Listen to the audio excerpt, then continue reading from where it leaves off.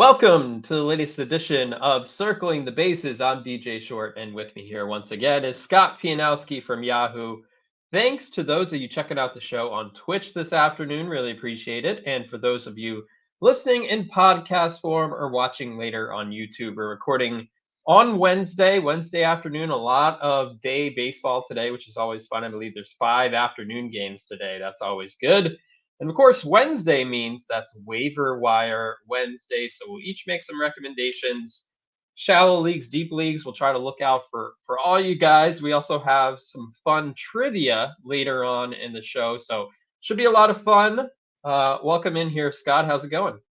Doing great. As you said, Wednesday's a great day with all the wall-to-wall baseball, right? It starts early, it runs late, and it's just a good checkpoint, right? It's hump day. It's a good checkpoint to see where you are in the week. Some leagues have pickups or transactions in a couple of days. Hopefully, we'll give you something to do because now is usually where I get a little itchy in my daily leagues where I'm looking to add a guy. So hopefully, we can give the people some help. I have, my roster tags are all over the place. I have some kind of obvious picks, some less obvious picks, and hopefully, some of them will click for our listeners. Well, let's see if you can click right away, because Scott, you are on the clock this week. Our pitch clock, again, 40 seconds. Your turn to make a pitch on a player, and I'm gonna make my pick of your players right here. You gave me a list of 5 players. I am gonna go with Brayan Bello of the Red Sox. Can you pitch me on why he is a worthy add in mixed fantasy leagues? Sure. This is one of the ones I feel strongest about of the guys on my list. Only 25% rostered in Yahoo. And I get it. You look at this Boston pitching staff before the season. I'm like, do I want any of these guys? But you got me hip to the fact earlier in the year, he's working with Pedro Martinez. He's got the same body type. And look at the last 5 starts, 2.57 ERA. He's got a strikeout per inning. He allowed 5 earned runs in his first start. He hasn't allowed more than 3 earned runs since. I know Fenway Park makes you nervous. I know the American League East makes you nervous, but the strikeout rate plays.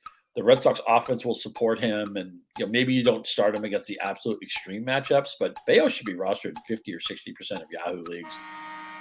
I agree. I'm with you on that, and there you go. You filled up a whole 40 seconds. I was into Bello during the off season. He was someone I had my eye on going into spring training. Of course, with the news of the off season, him working out with Pedro Martinez, his expected stats last year were better than his actual stats, which it's not predictive in any way. We go over this all the time, but it's just one data point for you to say, like, there's something under the hood here that's interesting.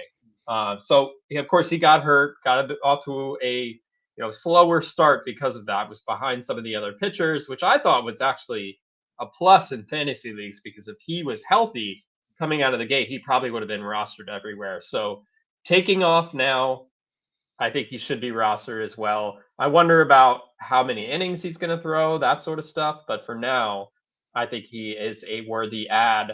I'm going to name my first player here in a minute. Before I do, download the Rotoworld app to receive breaking player news all season long. Stay ahead of the competition by favoriting players on your roster.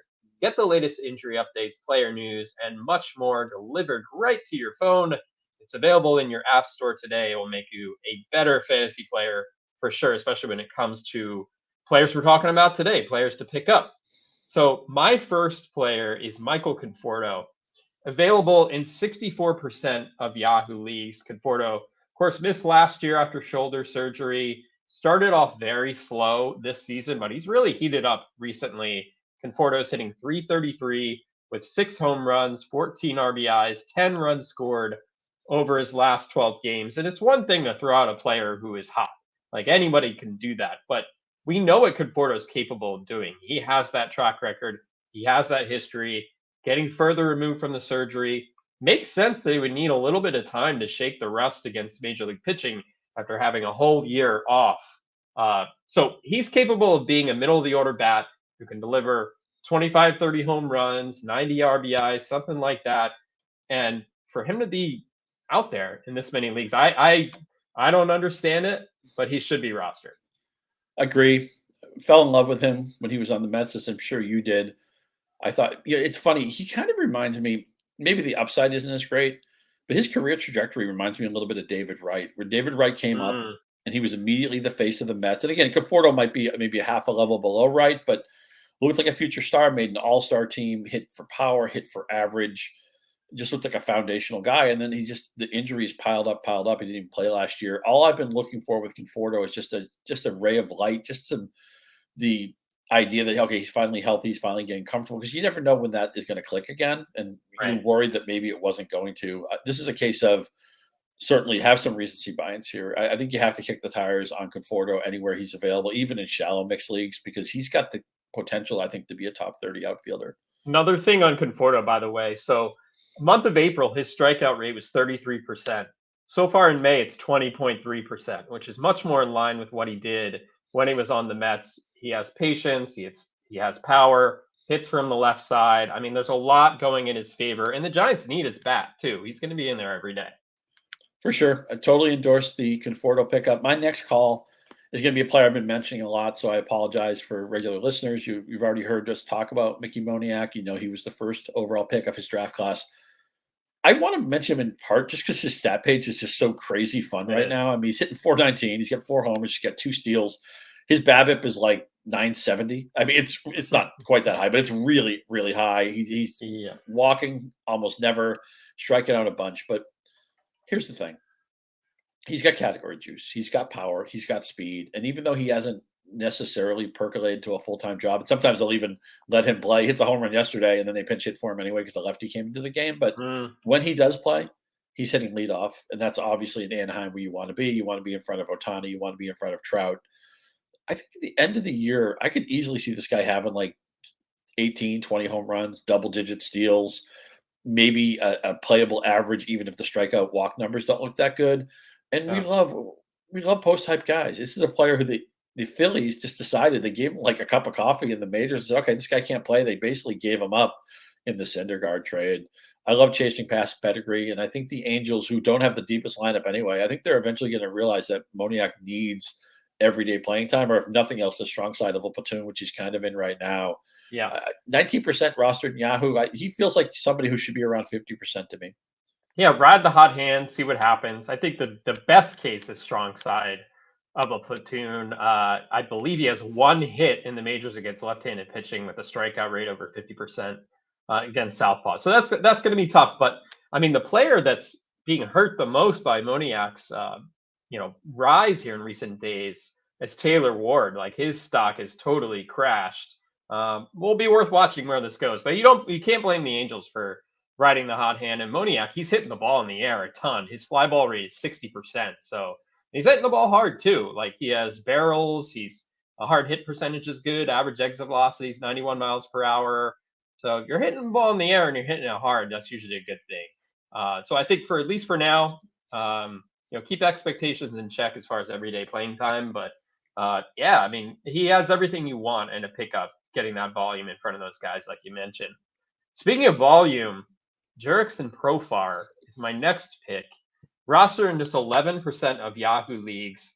He is an on-base machine. He's been on base in 30 straight games. He extended that streak on Tuesday night. Not flashy fantasy numbers, 5 homers, 19 RBIs, 21 runs scored over 42 games. But he's useful. He's been this way in the past, a kind of guy when the season's all said and done, he'll end up being a useful fantasy player. But of course, he's on the Rockies. He's hitting second there. In games where they're at Coors Field, like right now, the Rockies are at Coors Field. They have the Marlins right now. They get the Mets this weekend. There's no reason Profar shouldn't be rostered second in the Rockies lineup with those on-base skills. He needs to be picked up. Yeah, this is a post-hype version of the Pickup Podcast. Profar was the number 1 prospect in baseball. Yep. For I think in more than one season, and a guy who was checkered injuries. I was just so happy when he finally kind of popped. He had that one season in Texas where he had the 107 OPS plus. He had 20 home runs, had some relevance with Oakland in 2019. He hit another 20 home runs, although the average wasn't that good. I always wondered if he doesn't have the injuries, if he wasn't used all over the field, and maybe that bled into his offense a little bit.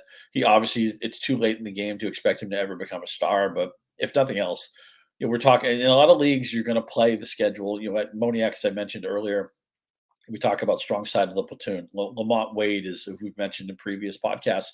he's starting and leading off against a righty and really playing great. I think Lamont Wade is a very usable player in certain formats. Profar is a guy, are you going to want to play him every day? Probably not. But when the Colorado Rockies have a homestand, or they're playing 4 straight games with the Marlins this week, easy to play. You just have to keep in mind what he is. And the walk strikeout numbers are also a point in his favor.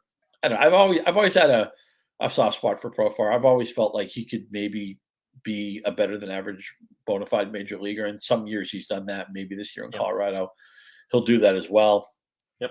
Talking about riding hot hands, Bryan De La Cruz, about as hot as you can get in May, 366, 400, 563, outfielder in the middle of that Florida lineup. His expected average is 285. It's a little bit lower than his actual average, which is over 300, but it's not a big deal. I mean, if it's 285, you would take it. And he solidified the spot in the lineup. And probably at the end of the year, he's going to have about 20 home runs, maybe 8 to 10 steals. I realize the Marlins are just one of those teams. They're not terrible, but they're not great. They're probably not going to be a playoff team. I think sometimes the roster tags on these players lag a little bit just because it's not a buzzy team. They're not on they're not getting as much pub as some of the other teams. So maybe if he were on the Yankees or the Mets or the Dodgers or the Cubs or whatever, maybe he'd be 50% rostered. I feel like you can still get in on De La Cruz. And unfortunately, we mentioned him on Monday. I hope some people picked him up for the Colorado series. He had 4 hits on Monday, but he's been hitting everywhere with that 366 average in May. And I think he'll be a full-timer on probably an league average offense for the rest of the season. He had some buzz coming into spring training as well. And for a time, it looked like maybe he'd be a part-time player, but I mean, the expected stats last year were really huge on him. That's why he was considered a sleeper, had a huge September, has backed it up with what he's done so far this year. He's actually hitting the ball just as hard in many cases, even harder in others. So the quality of contact is really solid for him. Wanted to mention Jorge Soler too, not as a pickup because he's been rostered everywhere over the past week. I think we mentioned him in one of the previous Waiver Wire Wednesday episodes, but he homered last night in Coors Field in the first inning off Austin Gomber, and Soler now has a 1599 OPS against left-handed pitching this season. 8 home runs, 2 doubles in 36 at bats. He 488 on base, 389 average. I mean, right-handed numbers not quite as good, but like those numbers against lefties is like Babe Ruth. Killing me that I didn't play him in the Tout Wars DFS because that was just lefty Coors Field. What else can you ask for?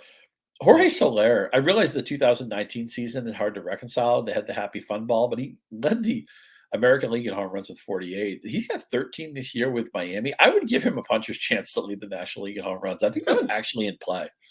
Yeah, I could see that. So next up for me is kind of an easy one after what happened Tuesday night. Bobby Miller, still out there in about 60% of Yahoo leagues. Maybe by the time you guys listen, I'll be closer to 50. I did not start him Tuesday night against the Braves. I don't really think it was advisable to, but Miller was really impressive. 1 run in 5 innings, 4 hits, 1 walk, 5 strikeouts. Got really good stuff, and also has a diverse arsenal of pitches. He threw 5 different pitches last night, induced 10 swings and misses in his 95 pitches. We know the Dodgers need that pitching right now. I think for years we've been like waiting for the Dodgers to give these young pitchers a chance. We know their pipeline is very good, but it's been hard for these prospect pitchers to break through. So Gavin Stone getting his chance. Bobby Miller, who was actually more highly touted coming into the year. The numbers in AAA weren't quite as good, but you could see the stuff. You could see the arsenal. Very promising. Let's just see where this leads, I think. Yeah, last year the ERA was over 4, but he pitched part of the year in the PCL, which is an offensive Disneyland. Part of it. And what do you trust here? Follow the strikeouts, right? 145 strikeouts and 112 in the third innings. And the whip was 1.175. And we often say when the ERA and whip tell a different story, trust the whip. Yeah. And the Dodgers, Urias just goes on the DL. We know Kershaw had to move back a little bit because of bereavement. It almost feels like Kershaw might be ready for that yearly maintenance, load management rest that he gets. So guys like Bobby Miller are going to get a chance to pitch. They really got Tony Gonsolin back at the right time because the Dodgers need him right now. But the strikeouts are going to play here. The pedigree is interesting. He was another first-round pick, which we like to see with pitchers. So I would approve Bobby Miller in any kind of a mixed league, even if it's a shallow one. And this one's more for the deeper leagues. I'm going to give out JP Sears. Who's JP Sears? Is Sears that go out of business at their department store? 6% rostered. He's on the Oakland A's, which is why you won't find wins next to JP Sears. But 6 of his 8 starts have had fantasy utility. He's got 11 strikeout games. He's got a couple of 7 strikeout games. He's got 51 strikeouts in 48 and 2/3 innings. And what I'm going to do with Sears, I'm just matchup play. Home game, unthreatening opponent, I'm in. He's playing Tampa Bay. He's playing the Astros. I'm out. I'm just somebody who I'm going to use mix and match when the opponent lineup is not threatening to me, and I think the strikeouts are going to play. And again, a lot of your mistakes in Oakland. Isn't it just sad to see nobody at that park and all this stuff going on? Are they going to Vegas? How much money will they get for the park? And is Vegas even the right market to go to? It's just a mess. I wish they could make it work in Oakland. I guess it's probably not going to. Nobody's going to these games right now, but I think JP Sears is rosterable. And I also know, I'll just tee you up for your next guy, that this lineup, I know it's kind of a dead zone, although we've had some fun with Rooker. We've had some fun with Esther Ruiz, who I think is one of the great late draft picks or pickups of this season. There's actually another Oakland player who has your eye. Yeah, I'm going to let people guess on that for a second. And before I give that name, I'm going to give another reminder here. Sunday morning means MLB Leadoff. Watch exclusive live games all season long on Peacock. This week, we are featuring a powerhouse matchup as the Dodgers, we just talked about, take on the MLB leading Rays in Tampa Bay. A great matchup, a World Series rematch, but also a potential World Series matchup this year. Catch the action live this Sunday at 11:30 a.m. Eastern Time. So my pick here is Seth Brown, someone who we really haven't thought about in a little while. He's available in 77% of Yahoo leagues. He just made his return from the IL this week. Brown missed 6 weeks with an oblique strain, had 2 hits in his return Monday, batted cleanup, came off the bench on Tuesday. You like to say destination offense. The A's are not that. We know that. There are some interesting players there, but really not much to go on. But last year, Seth Brown, 25 home runs, 73 RBIs, 11 stolen bases in 150 games. You'd like to think that he's healthy here. He's going to be active on the base pass. I mean, we know with Ruiz he runs. The A's need offense. He's probably going to run. He has power too. For someone who's out there in more than 3/4 of leagues, I think you should jump on that one right away. Yeah, and another guy, if you can get the better cut of his splits, his career against righties, 242, 310, 484, that plays in a fantasy league, especially when you add the category juice. He's a 158 hitter against lefties. So if you're in a daily league or it's a schedule where the A's get mostly right-handed pitching, it makes Brown a lot more appealing. Right. I also just want to back up quickly to, you mentioned the game that you guys are doing on Sunday at the Tampa Bay LA game. That's a great scouting game because you have Gavin Stone against Taj Bradley on Sunday, and also a fascinating matchup. It looks like Tyler Glasnow is going to pitch Saturday against Kershaw. Yeah. So that's must-see TV also, even if you want to watch Syndergaard pitch on Friday.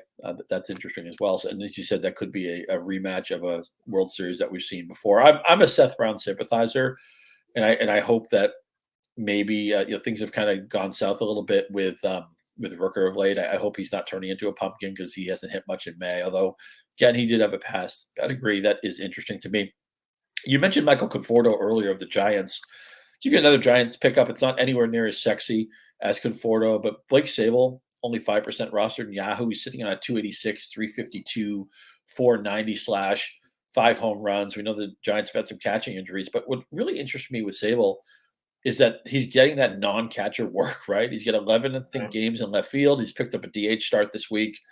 And so I think this is a path, especially while they have some injuries at the catcher position, that maybe he could be somebody who plays 4 or 5 days a week. The average is going to play. He's got some pop. If you're in a 2-catcher league or if you're in a really deep mixed league where you've been scuffling a catcher, I'm not saying he should chase up to 50%, but 5% seems light to me. I think he's maybe a 15, 20% player right now. Yeah, and Joey Bart's hurt again. Like that, I mean, that's been an ongoing issue. So the playing type should be safe for him moving forward for sure.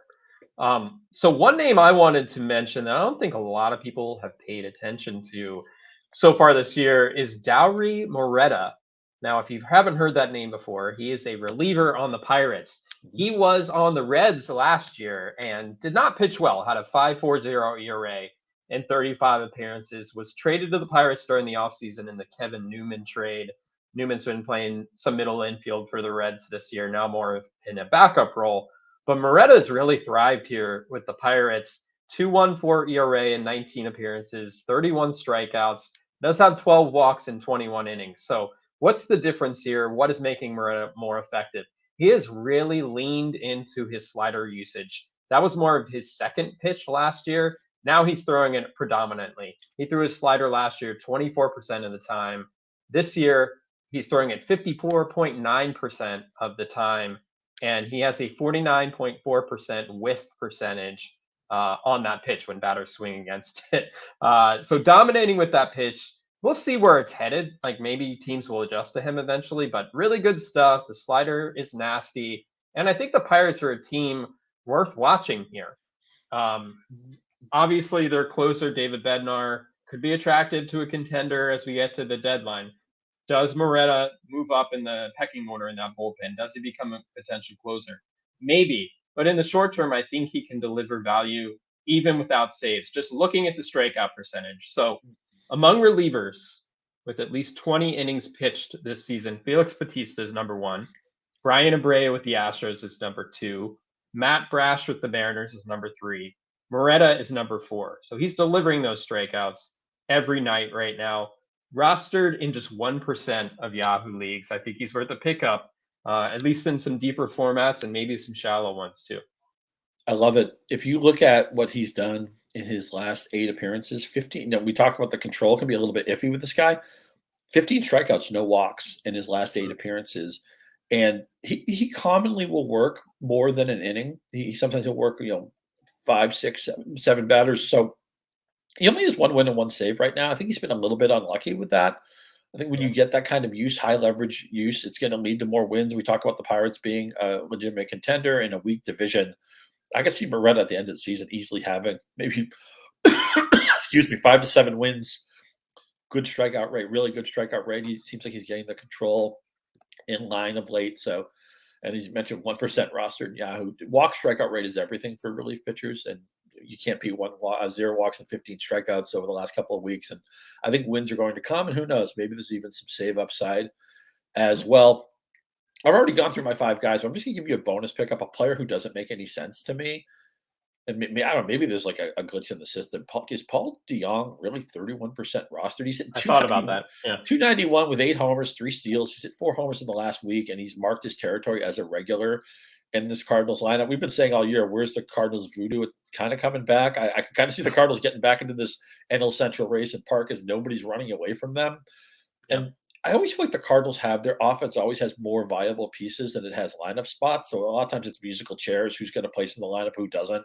The way Paul DeJong's hitting, there's no way they're taking him out of the lineup. We know the average doesn't match up with his career profile, but he's had a 30-homer season. He's had a 25-homer season. He should be, again, 31% is a slap in the face. He should be like 60, 65, 70% right now. I would welcome him on just about any of my mixers. He was one of the players I was looking at for this week. I was looking at the underlying stats, and I wasn't sure about the longevity, but certainly play the hot hand. It's amazing the trajectory that his career has had, because he came up and he was huge. We're talking 2017, 2018. He was actually in the minors recently, but here he is again, and really off to a great start. And I think this buys him quite a bit of time here with the hot start that he's had. So take advantage of it for now, for sure. So we're going to close this show with some trivia. Now, if you remember, during Monday's show, we did a fast food item draft geared toward the Indy 500. Of course, fast meaning speed. We will see a lot of it Sunday, this coming Sunday. Coverage on NBC begins at 11 a.m. Eastern and runs through 4 p.m. So all day, check out the race there on NBC and Peacock, of course. So on that speed topic here, this is going to be all about stolen bases and not about this season. We know teams are running more. This is more historic trivia, which I think is more fun. So I'm going to throw a few questions at Scott, and we'll see where this goes. All right, you ready? Hope I won't embarrass myself. And if we were doing an all fast team name, right? Alex Fast, the great fantasy baseball writer, Mike Quick, the former Philadelphia Eagles receiver. But Yeah, let's see how I do with steals. I'm a little worried I might embarrass myself, but I am a fan of all sports trivia and history. So let's let the questions rip. Let's see how I do. All about history. Okay, I'm going to start with one that goes back a little bit here. Who has the most stolen bases who is not in the Hall of Fame? Most stolen bases by someone not in the Hall of Fame. How about Willie Wilson? Very close. He's second on this list. No, I'm happy to come up with the second guy. Who's the right answer? Vince Coleman. Oh, Vince Coleman. I should have gotten that. Of course, Vince Coleman. Vince Coleman, 758 career steals. Of course, in the 80s, those Cardinals, they ran like wild. But yeah, he's very high on the list. His baseball reference page. I mean, his first 3 years, he steals 110, 107, and 109 bases. It's insane. The game was just so different then. It was. He only had an OPS plus over 100, basically symbolizing that you're a better than average offensive player. He only did that twice, but It's funny. In the moment, I'm old enough to remember the 1985 Cardinals, and in the moment, I hated that team. I would love it if a team played like that now. I think it would be so much fun. That would be great. And yeah, Vince Coleman is 6th all time, 758 career steals. Willie Wilson has 668. So you're very close with that one. They're kind of similar players too. I think Wilson was a better offensive player than Coleman. What ended up on your Mets? Didn't he run into the tarp? He hurt himself on the tarp. Among other things that went wrong when he was a Met. But I remember being very, very. I mean, I was like 10 when he joined the Mets. I remember being very, very excited when the Mets signed him. It did not work out. Shocking. Yeah, Bob Klapisch and John Harper wrote a great book called "The Worst Team Money Could Buy," which was, I think, of the '92 or '93 Mets, one of those teams where the Bonilla Mets and all that, where everything went wrong for that team. But a fascinating read. Yep. So here's another one, kind of a little more recent. Most stolen bases total since 2000. So this century, most stolen bases total since 2000. Which player is number one? How about Luis Castillo? No, but his teammate, you might remember during that time. Juan Pierre? Yes. Juan Pierre, 614 steals. Jose Reyes at second, 517. Ichiro, Carl Crawford, Jimmy Rollins, Rajay Davis. That's our list right there. But Juan Pierre, a player that we, don't ever really talk about, but there he is, number one. Yeah, a lot of those guys you mentioned also stole bases into their 30s. When we talk about fantasy value for stolen bases, this is why Starling Marte was a hard player for me to gauge this year, because he was at an age where it's like, when is he going to stop running?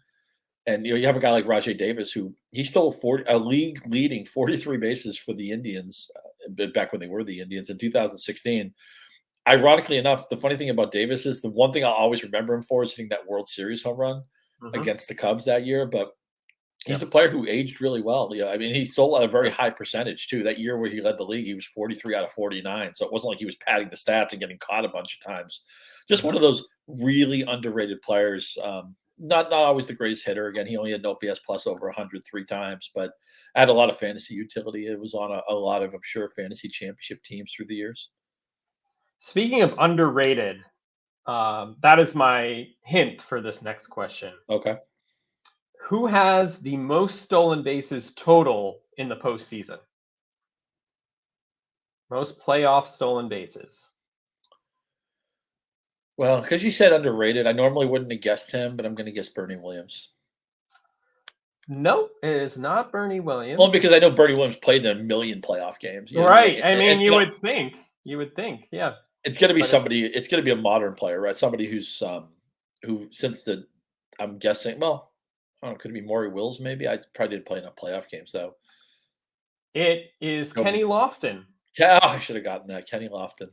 Talk about underrated. I mean, I feel like he should have got more consideration. Yeah, exactly. That's exactly where I was going with that. It's not that he necessarily has to be in the Hall of Fame, but you should have taken a minute to debate it.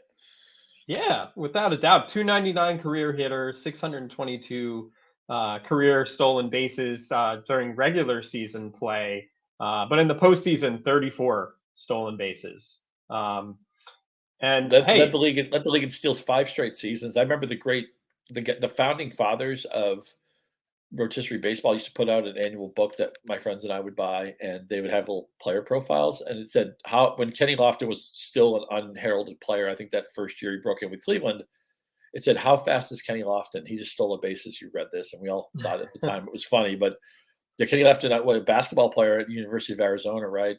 I lean out on him for the Hall of Fame, but I think he should have at least been discussed. And if they did put him in the Hall of Fame, it wouldn't bother me at all.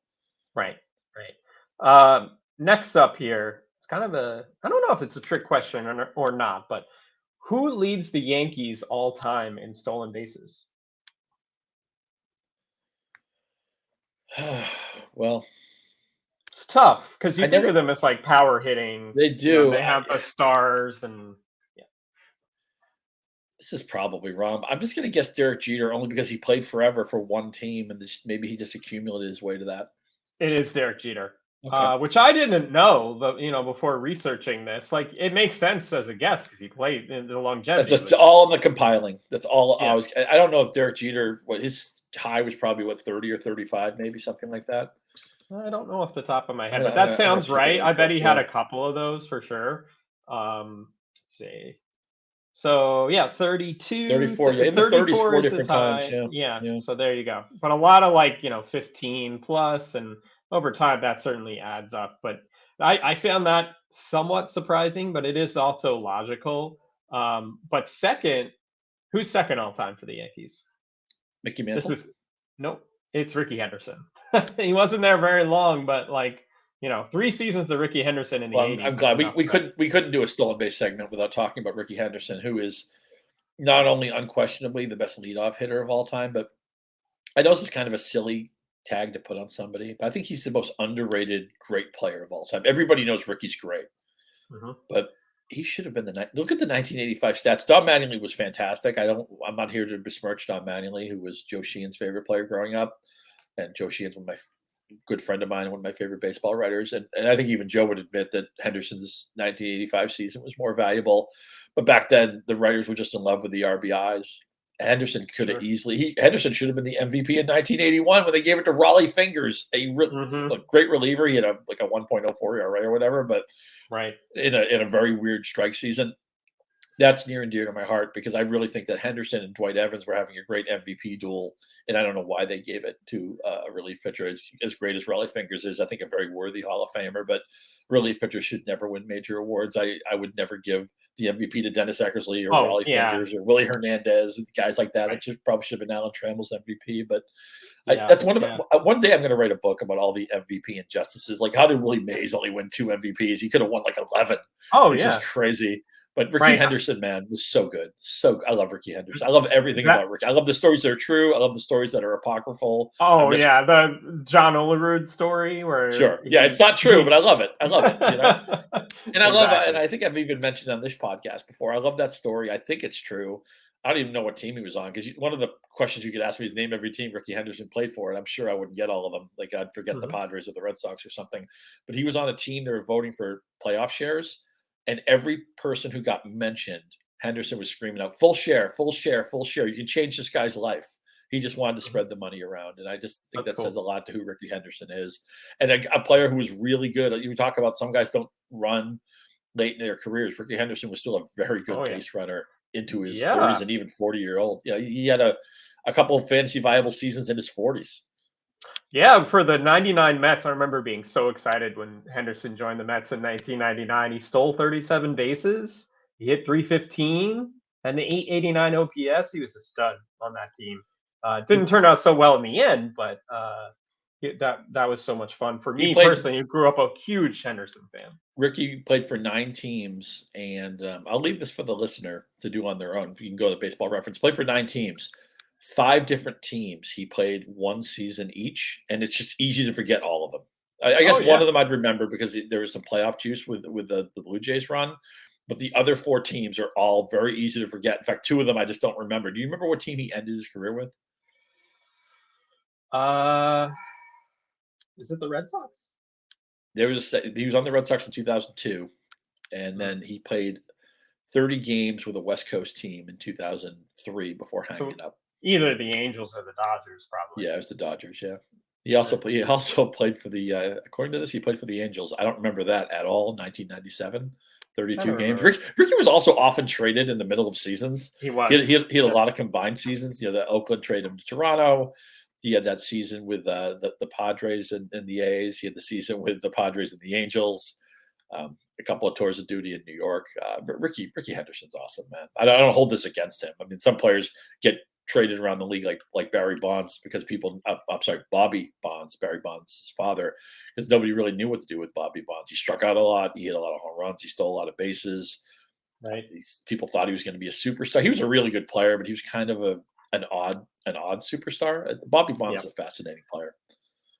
So these last two questions I'm going to give you are kind of to get people thinking about what's possible this year with teams stealing more bases, players more active in terms of stolen bases. And I'm thinking about Ronald Acuna Jr. So he came close to going 40-40 in 2019. He had 41 home runs, 37 steals. You look at him right now, has 20 stolen bases, well on his way to 40. He has 11 home runs in 48 games. That could be tough to get to 40-40. But under this new environment, we're assuming at some point someone will go 40-40. Who is the last player to have a 40-40 season? Great question. God, this can you give me the decade? It was in the aughts. It was in the early 2000s. Gotcha. Sean Green didn't do it, did he? No. Only 4 players have done it. And I thought this player came close and didn't make it, but they actually did. And I feel like maybe I should have known this. I'm gonna go with Alex Rodriguez. He did do it, but he's not the last one. He did it in 1998. The last player to do it is Alfonso Soriano in 2006 with the Nationals. Another guy, just a great player who's kind of lost to history. I can't remember the last time I thought about Alfonso Soriano, and he was. We talked in the keeper cut segment about Javi Baez. That's kind of the good part of Baez. Reminded me a little bit of Soriano, though Soriano would hit for a better average, but he would swing at anything. Mm-hmm. Oh yeah, he would. But man, what a fun player he was! What a stat grabber he was, and he wasn't always the highest percentage base stealer, but he wanted to run, and that's wanting to do it. A lot of times, stolen bases are about the will as much as the skill. Also, remember, didn't Canseco have a 40-40 season? He had one in Oakland, but I think he also had one very late in his career with Toronto. So yeah, Canseco did it once. Canseco 19. Okay. Yeah, Canseco, Barry Bonds, A-Rod, Soriano. There you go. Okay, Canseco had this season I'm thinking of is out of nowhere. He had a 46 home run, 29 steal season with Toronto. He's caught 17 times, but nobody was going to tell Jose Canseco to stop running. I guess that's another player. People will forget he was the biggest player in baseball for a while, and then he was Bash Brothers, all that. I mean, as a kid, of course, you love all that stuff. You know what I mean? So he was certainly a big deal for a while. Who was your when you were like 9 or 10 years old? Who was your favorite player? Ken Griffey Jr. from like the jump. As soon as I saw him, he just the way he played center field was exciting. The swing is perfect. The left-handed swing is just absolutely perfect. Yeah. Looked just like his dad. Played with his dad. Homered in the same game with his dad. His dad was a good player, maybe not a legendary player, but a good player. Part of that. That was all perfectly timed for my childhood. It's like when SportsCenter, kind of blew up. You'd see him. You maybe wouldn't see the games necessarily, or maybe you'd see once a week or once a month, even in some cases. But when you got the chance to see Griffey, like you sat down, and you watched the whole game. He's just a special player. Yeah, he led the league in home runs 4 different times, a bunch of Silver Slugger awards, a bunch of Gold Glove awards. I still remember the Kenny Mayne commercial where he's working on his home run catchphrases, and he goes, for Ken Griffey's like, it's never iffy if it's Griffey. He's like, oh, that blows. Here's a good one. So the career high in stolen bases for Ken Griffey Jr., what do you think it is? Because I was surprised by this. I have the page in front of me, so I was already looking at it. I would have guessed it was something in the teens. I didn't realize he got up to 24 one year. 24. Yeah, I would have guessed like 16. Matching his uniform number, 24. So last question, and again, this is looking ahead to what is possible this year in Major League Baseball. Esteury Ruiz is leading the majors with 25 stolen bases right now. Who has stolen the most bases in a season this century? Like, what's the What is the high number for a individual player in a season? I guess 65. It is 78. Who did it? Could you guess on who? It's gonna be Billy Hamilton, right? Jose Reyes, 78 Oh, in Jose Reyes. Okay.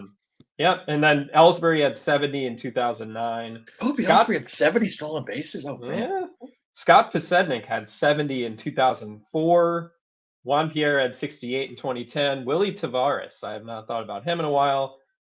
He had 68 in 2008. Hamilton never had 60, which blows my mind. Yeah, it is kind of crazy. But he was in the high 50s, always in the high 50s. We know, of course, he's a guy can't steal first base. Can't hit, right? Yeah. Jacoby Ellsbury, I will maintain, should have been the MVP on the Chicken and Beer Red Sox, the team that had the big lead and collapsed in 2011. 321, 376, 552, 32 home runs, 39 stolen bases, wins a Gold Glove playing center field. Verlander ended up winning that MVP, but I think if the Red Sox win the division, and I believe Ellsbury actually played well down the stretch. It wasn't his fault they collapsed. And then you had what I think, DJ, unquestionably was the best regular season day in baseball history. Yeah. All the games ended on Wednesday night. That was fun. They're all aiming at the same time. You almost had the feel of like an NFL Sunday where all the stuff's happening at once. And you had a big comeback in Tampa Bay. You had the Red Sox. The Longoria home run. The Longoria home run just over that tiny little fence. A bunch of different things happening all at the same time. I actually remember I was watching it in the sports bar, and I immediately emailed or maybe text messaged one of my editors, said, I want to write something about this. I don't think I wrote anything all that great, but I was so excited about what I saw that I'm like, I got to write something. Yeah, it was the best regular season day in baseball history, at least as far as I've seen. Yeah, and it's harder now with like the expanded playoffs and stuff. You're not going to get that again. It was just kind of one of those special moments that you couldn't script it. I think MLB has tried to like have all on the final day, everything going on at the same time. But just the nature of the expanded playoffs, like there's not going to be that drama that there was on that day. But we get wild card games, which is kind of a fun little, drama. It's more like manufactured drama is the whole point. Yeah, that's the trade-off baseball's made, that they know the cheddar is in the postseason, so they've expanded the postseason. It's obviously devalued the playoffs, the regular season.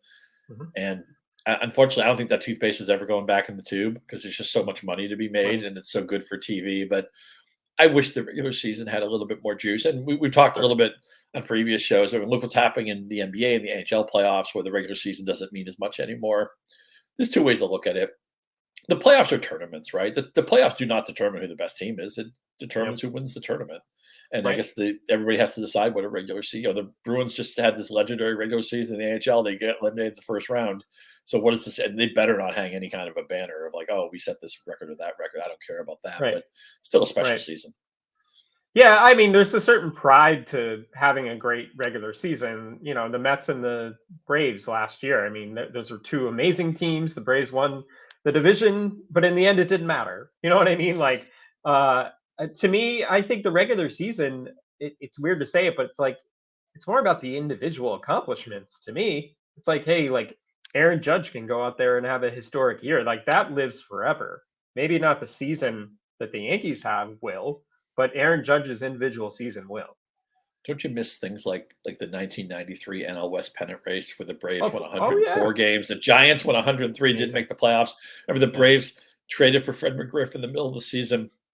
And if I remember right, the day they got McGriff, I think like the press box caught on fire. There was like a small fire in the stadium. And then the team caught fire. McGriff just went crazy. It's Chipper Jones at his peak. It's the Maddox, Smoltz, Glavine Braves. And they're trying to catch the Giants, who had, I believe that was the first year of Barry Bonds in San Francisco. So you had this 104, 103 win. It's like a great horse race, right? We talked a little bit about horse racing on this show. And, the loser didn't go to the play. I'm old enough to remember the 1978 season. The Red Sox won 99 games. They won most of them early. The Yankees got hot late. The Red Sox did have to win the entire final week of the season to force that playoff. But they won 99 games. Were probably the best team in baseball. Other than the Yankees, they didn't make the playoffs. Yeah. I mean, that is the trade-off, like you said. But I mean, speaking as a Mets fan, I'm like, the Mets to win the division, like great, that'd be wonderful. But really, all I want is them just to get to the playoffs, and For sure. we will see what happens. So I'm not going to lose sleep over not winning the division. I mean, the Marlins, both their championships came without the benefit of a divisional championship.